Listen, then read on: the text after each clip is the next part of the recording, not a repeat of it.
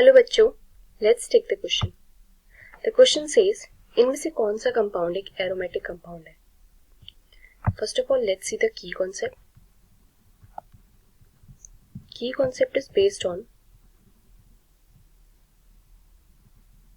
Huckel's rule. ठीक है, तो देखो अकॉर्डिंग टू हकल्स रूल क्या होता है कि एरोमेटिक जो कंपाउंड होता है उसमें क्या होनी चाहिए प्रॉपर्टीज। एरोमेटिक कंपाउंड, एरोमेटिक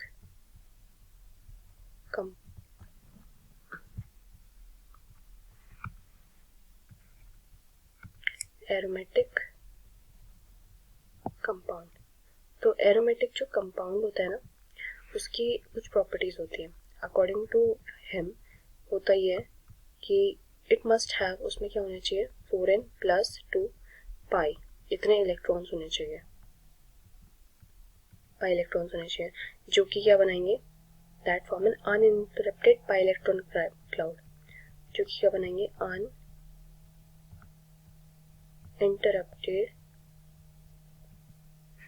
पाई इलेक्ट्रॉन का क्लाउड बनाते हैं। ठीक है, इसके अलावा उसको क्या होना चाहिए, प्लेनर होना चाहिए एंड साइक्लिक होना चाहिए। तो अगर जो कंपाउंड है वो प्लेनर और साइक्लिक नहीं है ना, तब भी हम कहेंगे कि वो नॉन एरोमेटिक है। मतलब ये होना भी मस्ट है, प्लेनर और साइक्लिक होना भी। तो अगर प्लेनर और साइक्लिक नहीं है तब भी हम कहेंगे कि वो नॉन एरोमेटिक रहेगा। अब देखो हमारे पास जो गिवन ऑप्शंस हैं, out of these given option सबके बारे में अगर एक बार देख लेते हैं, then we will get to know कि क्या हो रहा है क्वेश्चन में। अब देखो सबसे पहले हमारे पास जो स्ट्रक्चर है दैट इज साइक्लोपेंटाडाइइनाइल कैटायन। ठीक है, इसका स्ट्रक्चर कुछ इस तरीके का होता है, ये होता है।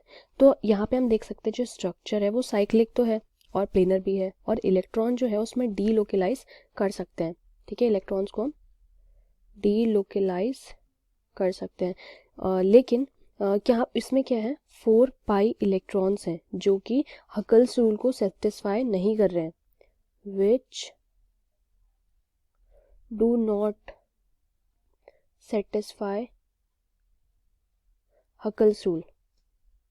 इसलिए हम कहेंगे कि ये वाला जो कंपाउंड है ये एरोमेटिक नहीं है। ठीक है, अभी नेक्स्ट कंपाउंड देखते हैं।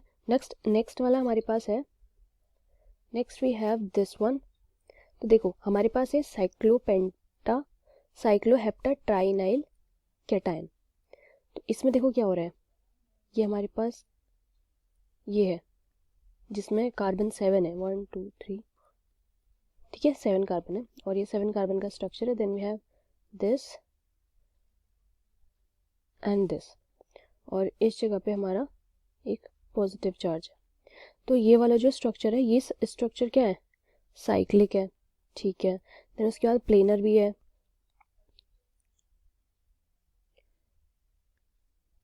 ठीक है, ये दोनों भी साइक्लिक प्लेनर थे, साइक्लिक भी है प्लेनर भी है। देन उसके बाद और कौन सी प्रॉपर्टी है इसमें, क्या है the presence of positive charge की वजह से क्या हो रहा है, फुल डी लोकलाइजेशन हो रहा है पाई इलेक्ट्रॉन्स का। पाई इलेक्ट्रॉन्स डी लोकलाइजेशन, किसकी वजह से हो रहा है ये, ड्यू टू पॉजिटिव चार्ज। ठीक है, और इसमें क्या है 6 पाई इलेक्ट्रॉन्स है। देयरफॉर हम कह सकते हैं कि it follows Huckel's rule. Huckel's rule यानी कि ये हकल्स रूल फॉलो कर रहा है। अब क्योंकि इसमें सारी की सारी कंडीशंस फॉलो हो रही हैं तो वी कैन से कि this will be the aromatic compound and this will be our answer. ठीक है, पहले हम rest of the compounds next देख लेते हैं। But this is not the case with rest of the two, that is option C and option D. इनमें क्या हो रहा है देखो, जैसे हमारे पास ऑप्शन डी देखते हैं, हमारे पास ये वाला कंपाउंड है दैट इज साइक्लोहेप्टाट्राइइन C7H8। अब इस वाले कंपाउंड में क्या है, ये हमारा स्ट्रक्चर है इसका, एंड दिस स्ट्रक्चर